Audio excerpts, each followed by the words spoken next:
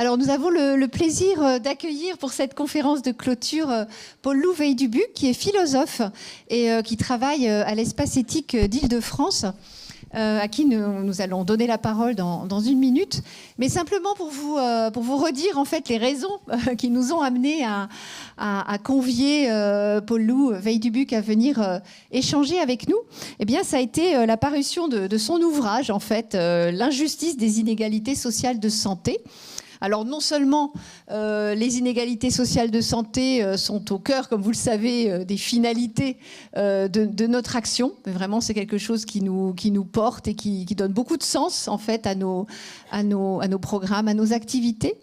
Mais en plus la façon en fait dont Paul-Loup aborde cette question dans son ouvrage, la façon finalement dont il nous interpelle, nous acteurs de la promotion de la santé, dans notre action pour lutter contre les inégalités sociales de santé, la façon dont nous prenons en compte les déterminants politiques et structurels de ces inégalités sociales de santé, nous a donné envie à la fois de vous entendre présenter vos travaux sur cette question et puis d'engager dans le temps qui nous sera possible le débat avec vous aussi sur ce sujet. Voilà, donc j'ai vraiment le plaisir de vous donner la parole. Merci beaucoup pour cette présentation, merci pour l'invitation. Alors, 2 avertissements avant de commencer. J'ai l'habitude de lire mes présentations. Je pense que c'est ce qui va se passer, j'en suis pas complètement certain parce que parfois j'arrive un peu à décoller mes yeux du texte, donc ça va détonner un peu par rapport à tout ce qu'on a entendu jusque-là, et voilà, je m'en excuse. Et puis ça demande un petit effort, voilà, en fin de journée, déjà bien chargé. Et puis le second avertissement, c'est que je ne vais pas tellement parler de plaidoyer. Donc c'est la seconde différence par rapport à tout ce qu'on a entendu. Je vais essayer quand même d'atterrir sur le plaidoyer. Voilà. Alors, d'abord le décollage. 2 constats paradoxaux sur les inégalités sociales de santé pour commencer. D'abord, les inégalités sociales face à la maladie et à la mort persistent, alors que la question est au cœur de l'agenda des politiques publiques nationales, mondiales, que de nombreux rapports sont publiés depuis les années 90 qui fixent l'objectif d'une réduction de ces inégalités. Second paradoxe, cette question suscite peu de débats et de mobilisation sociale. Je crois que ça, on a bien entendu aujourd'hui. C'était l'objet de cette journée et la nécessité du plaidoyer en découle, alors que les opportunités d'en parler existent. Le récent mouvement français contre les réformes des retraites semble même témoigner de la silencieuse acceptation de ces inégalités. De façon révélatrice, les banderoles qui en parlaient, à 64 ans, un tiers des plus pauvres sont morts, par exemple. Métro, boulot, tombeau. La retraite, pas l'arthrite, pour n'en citer que quelques-unes, dénoncent le recul de l'âge légal de départ à la retraite, mais non pas l'inégalité sociale face à la mort. Le raccourcissement du temps de la retraite, mais pas l'inégale brièveté de la vie, comme s'il fallait adapter l'âge de départ à la retraite à ce fait immuable qui est l'inégalité face à la mort.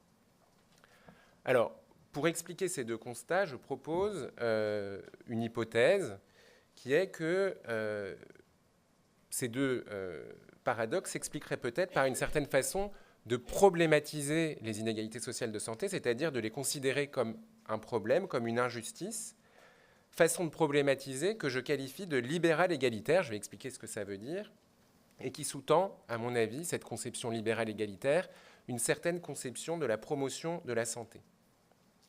Cette façon de problématiser les inégalités, tout à la fois les rend injustes, mais aussi justifie leur existence, pour autant que sont déployés les moyens nécessaires pour les combattre. Alors, qu'est-ce que je veux dire par libéral égalitaire ?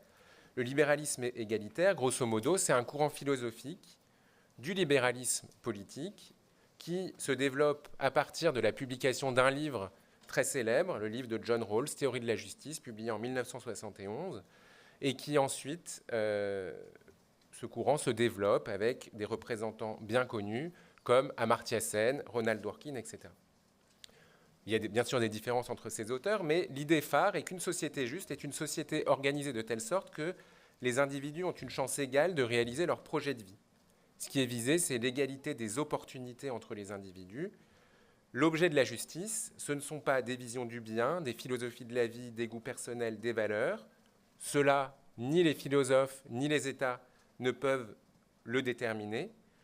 Ce qui doit être fait, c'est essayer de concilier ces différentes visions du bien, de les accorder autour d'une conception commune de la justice.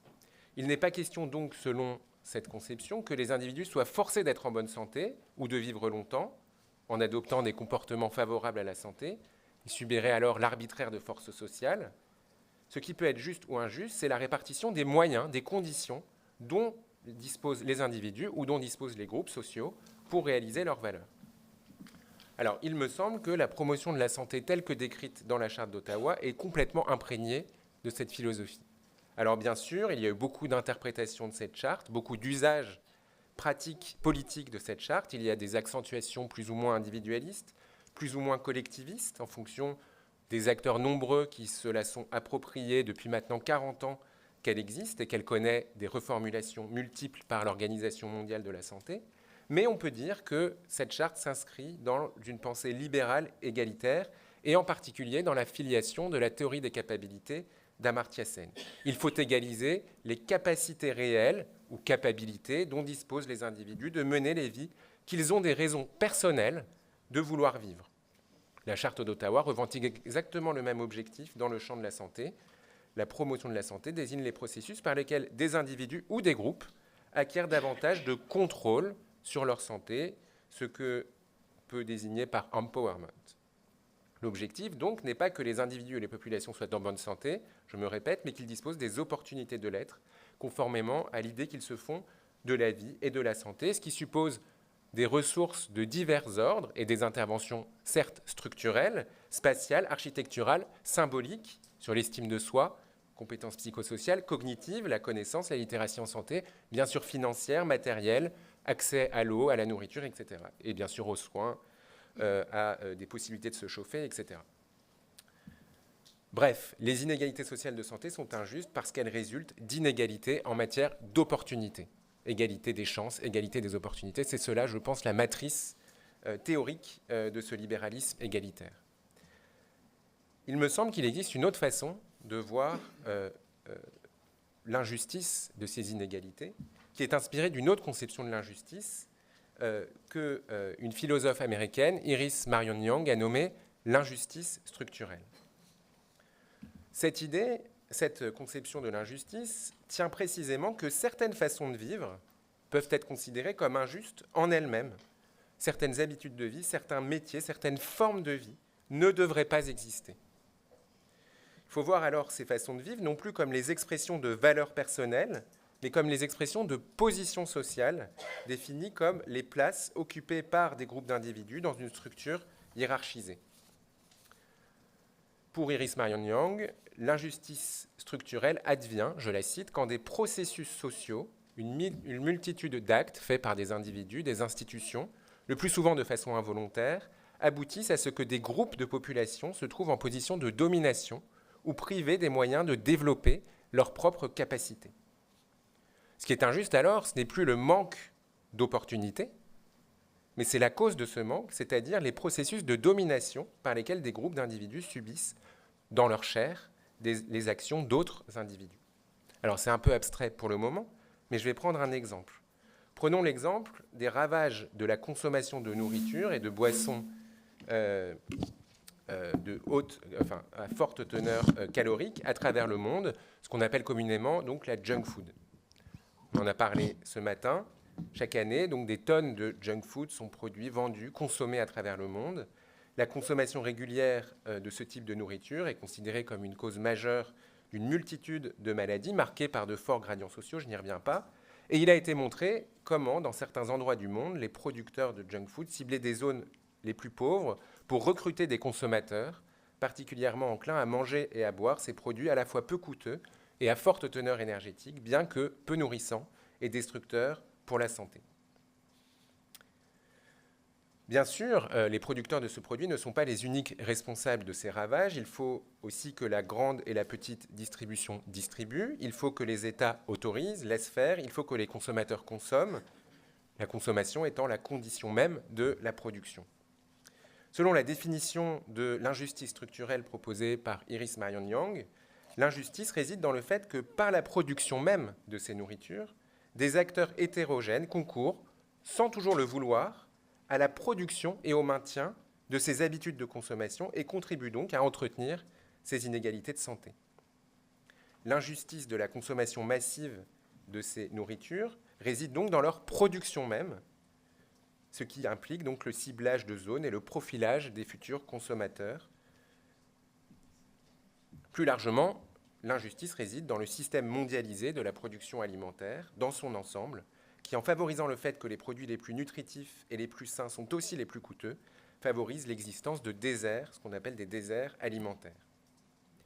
Alors, un libéral s'opposerait à cette thèse, objectant qu'elle revient à nier ce qu'on nomme l'agentivité des individus.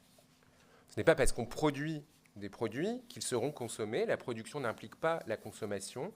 Pour un libéral, les inégalités sociales de santé qui résultent de la consommation de ces produits peuvent évidemment être injustes, mais l'injustice ne réside pas pour lui dans la production, ni même dans la consommation de ces nourritures, mais dans le fait que les individus n'ont pas les ressources, n'ont pas les opportunités pour ne pas en acheter.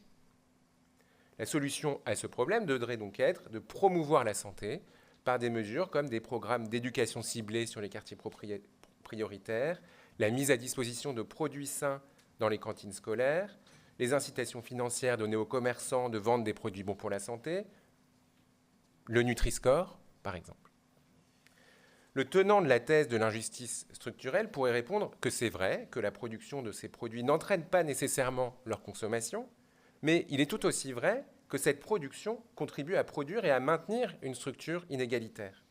La décision des producteurs d'en produire repose sur la prévision qu'une masse nombreuse d'individus vont les acheter et qu'ils vont en consommer beaucoup. Dans la mesure où ces produits sont toxiques, où les consommateurs majoritaires en sont les populations les plus défavorisées économiquement, l'acte même de fabriquer ces produits revient donc à produire, en même temps que ces produits eux-mêmes, des habitudes de vie destructrices, particulièrement représentées dans les milieux les plus défavorisés. Dans un article inspiré donc de cette conception de l'injustice structurelle, la philosophe Ryoa Chung propose de parler de vulnérabilité structurelle de santé. Cette conception-là implique de ne plus considérer, pour poser le diagnostic d'une injustice, l'opportunité d'un choix individuel, mais la production d'une position sociale de vulnérabilité. Peu importe finalement le degré de responsabilité individuelle des consommateurs, d'ailleurs bien difficile à apprécier, ce qui compte, c'est que de facto, la fabrication massive de ces produits conduit à produire de l'inégalité. Le même raisonnement pourrait s'appliquer à d'autres exemples, bien sûr, à l'existence de métiers destructeurs, de conditions de travail particulièrement destructrices. Ce qui compte dans l'usure mentale ou physique de celles et ceux qui exercent des métiers destructeurs, ce n'est pas la responsabilité qu'ils ont dans le choix de ces métiers, ni éventuellement dans l'adoption de conduites à risque, mais bien dans le fait même que ces métiers, ces conditions de travail existent. Quand on parle d'injustice structurelle, on ne dit pas seulement que la distribution des déterminants structurels est injuste, on dit plus fondamentalement que ce sont les rapports sociaux qui sont injustes, en cela même qu'ils génèrent sans cesse des vulnérabilités structurelles de santé. Il ne suffit donc pas de dire qu'on va agir sur le structurel, sur les déterminants structurels, pour combattre l'injustice structurelle, mais qu'on va agir sur la production même de vies vulnérables, ce qui suppose d'en finir avec certains aliments, certaines conditions de travail, certains métiers, certains aménagements urbains. On ne va pas seulement donner des outils aux individus et aux populations pour qu'ils puissent contrôler leur santé, on ne va pas leur donner des chances d'éviter des conditions de vie destructrices, on va simplement éviter de produire des conditions de vie destructrices. Alors, il reste une question fondamentale sur cette question de l'injustice des inégalités sociales de santé. Pour le moment, on a réfléchi sur la cause de l'injustice et on a mis en évidence deux positions. Soit la cause de l'injustice, c'est une distribution injuste des opportunités, soit la cause de l'injustice, c'est la production de vulnérabilité. Mais une autre question qui est essentielle, celle de savoir en quoi il y a vraiment injustice. Est-ce qu'il y a vraiment d'injuste dans ces inégalités de santé? La réponse la plus évidente est de dire que l'injustice réside dans l'inégalité des vulnérabilités en santé, dans les inégalités de santé finalement. Je défends cependant l'idée que l'injustice des inégalités de santé dépasse les inégalités de santé elles-mêmes, que les inégalités de santé ne sont pas seulement un problème, mais un symptôme d'un problème plus fondamental que Didier Fassin a nommé la hiérarchie des vies, c'est-à-dire le fait que les vies, dans une société, sont considérées comme comptant plus ou moins, sont plus ou moins valorisées. Le philosophe Georges Canguilhem défend la thèse selon laquelle la durée moyenne de vie d'une population exprime un jugement de valeur. Il défend l'idée selon laquelle, je le cite, des techniques d'hygiène collective ou des habitudes de négligence traduisent un certain prix donné à la vie. Par exemple, on peut imaginer que Canguilhem pense à la construction des égouts dans une ville qui traduit le fait que le prix dans cette ville donné à la vie y est suffisamment élevé pour justifier l'investissement dans des travaux longs et coûteux, mais qui vont diminuer les risques d'infection. Prolongeant les réflexions de Canguilhem, Didier Fassin, anthropologue, s'est attaché à relier la dévalorisation de certaines vies et leur destruction physique et psychique. Même s'il n'existe pas de lien systématique entre les deux, entre dévalorisation et destruction, bien souvent, dit Fassin, une vie dépréciée est aussi une vie abîmée. Alors, on peut réexaminer notre exemple à cette lumière-là. Les inégalités de santé qui résultent de la production de junk food peuvent être considérées comme les symptômes d'un jugement de valeur sur les vies des futurs consommateurs de ces produits.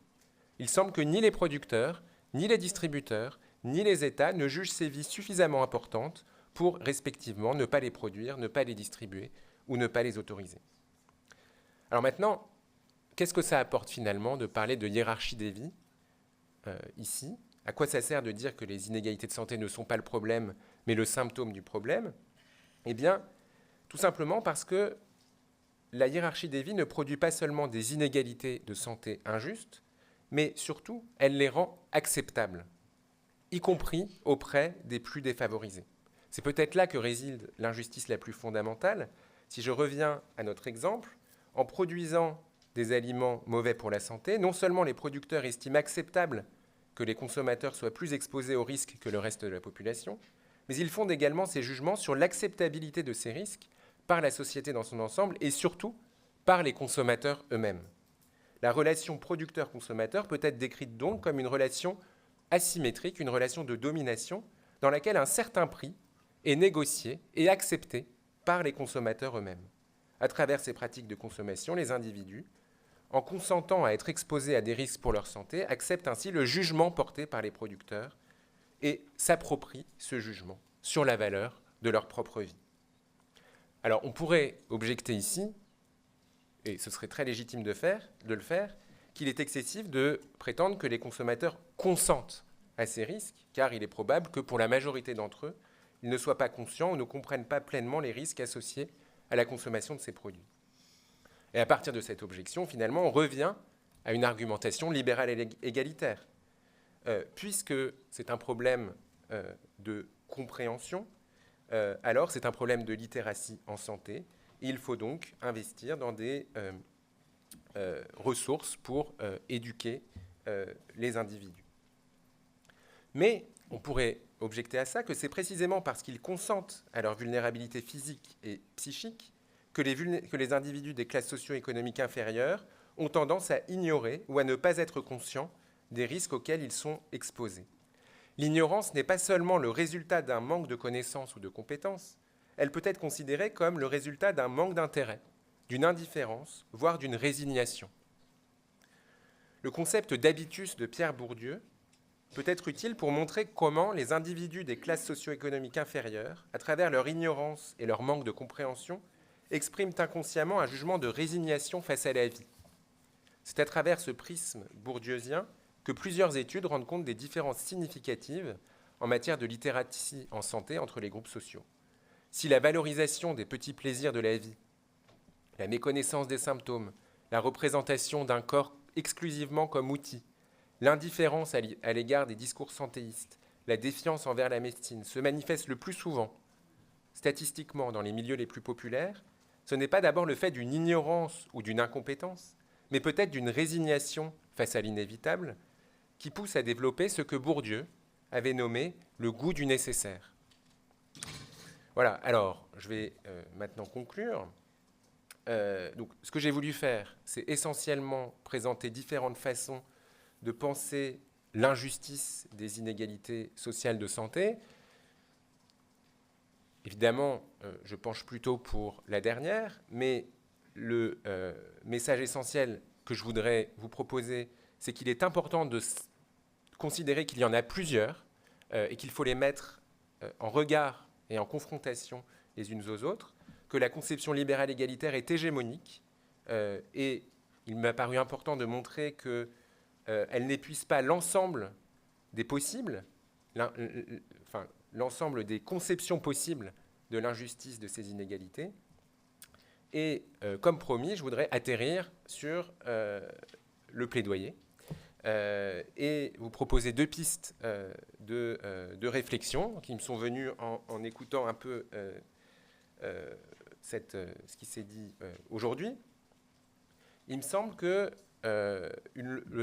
peut-être une déduction qu'on peut faire de tout ce que j'essaye ici de vous présenter, c'est qu'il est important de travailler non seulement sur comment convaincre, mais aussi sur pourquoi, dans quel but, ne pas forcément penser qu'on est dans le camp du bien, mais mettre en évidence différentes conceptions de l'injustice des inégalités de santé. On pense tous ici que les inégalités sociales de santé sont injustes, mais peut-être que nous ne sommes pas tous d'accord sur les raisons pour lesquelles elles le sont. Et en dehors de cette salle, il y a beaucoup de gens qui pensent que les inégalités sociales de santé ne sont pas injustes. Et ça, je pense que c'est très important de l'avoir en tête et de tenir assez fermement sur ce qui nous autorise, d'un point de vue normatif, d'un point de vue moral, à considérer que les inégalités sociales de santé sont injustes, car c'est ainsi, je pense, que l'on sera le plus convaincant. Et puis, peut-être la seconde chose que je voudrais essayer de dire, comment imaginer un plaidoyer pour une promotion de la santé qui sortirait d'une conception libérale égalitaire, ou qui en tout cas indiquerait d'autres horizons que cette conception libérale et égalitaire. Il me semble que nous devons consacrer nos efforts à démontrer comment des décisions et des pratiques, qu'elles soient celles d'entreprises, d'État, de lobby, puisqu'on parlait ce matin de cela, non seulement ont des impacts sur la santé, mais surtout révèlent une hiérarchie des vies. Tant que nous en restons à dénoncer des impacts sur la santé, ce qui est très important, mais tant que nous en restons là, nous laissons ouverte la possibilité que ces impacts sur la santé soient imputés exclusivement à un manque d'éducation ou à des habitudes culturelles de certains groupes. Donc il me semble important de parler de cette hiérarchie des vies, de cette production de vulnérabilité qui est révélée par les inégalités sociales de santé et non seulement des inégalités sociales de santé elles-mêmes. Voilà, je vous remercie.